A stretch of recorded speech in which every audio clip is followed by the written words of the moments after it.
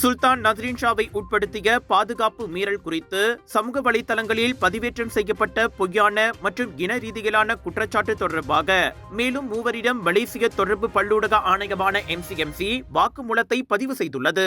கிடாவில் கொலனராங் police நிலையம், குவாந்தானில் Basra police நிலையம் மற்றும் பினாங்கில் வடகிழக்கு மாவட்ட போலீஸ் நிலையத்தில் அந்த 3 நபர்களிடம் வாக்குமூலம் பதிவு செய்யப்பட்டுள்ளது.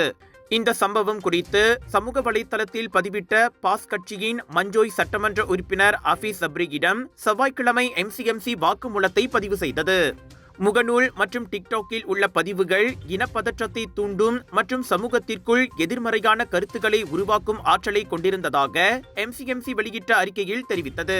ஆகஸ்ட் 31ஆம் தேதியன்று பேரா மாநில அளவிலான தேசிய தின கொண்டாட்டத்தின் போது மேடையில் சுல்தான் நஸ்ரீனை நோக்கி வரைந்த பின் சீனர் என்று அந்த பதிவுகள் பொய்யான தகவலை வெளியிட்டன.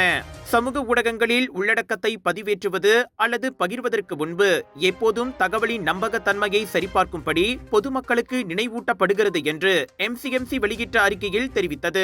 சம்பந்தப்பட்ட 41 வயது பெண்ணுக்கு எதிரான தடுத்து வைக்கும் உத்தரவு காலாவதியானதை தொடர்ந்து அப்பெண்ணின் மனநிலையை கண்காணிப்பதற்காக தஞ்சோங் ரம்புத்தானில் உள்ள பஹாகியா உலுகிந்தா மருத்துவமனையிடம் தொடர்பு கொள்ளப்பட்டதாக பேரா போலீஸ் தலைவர் நோர் இஷாம் நொர்டின் தெரிவித்தார். அப்பெண் மீதான குற்றச்சாட்டுகளை தொடர்வதா வேண்டாமா என்பது குறித்து சட்டத்துறை தலைவர் அலுவலகத்தின் உத்தரவுக்காக போலீசார் இன்னும் காத்திருப்பதாக அவர் கூறினார்.